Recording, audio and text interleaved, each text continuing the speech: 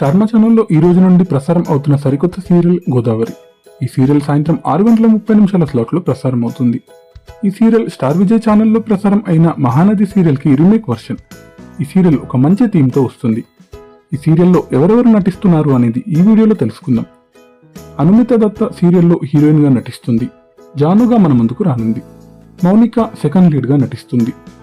అలకనందగా కనిపించనుంది. మారన్ చంద్రశేఖరన్ హీరోగా నటిస్తున్నాడు.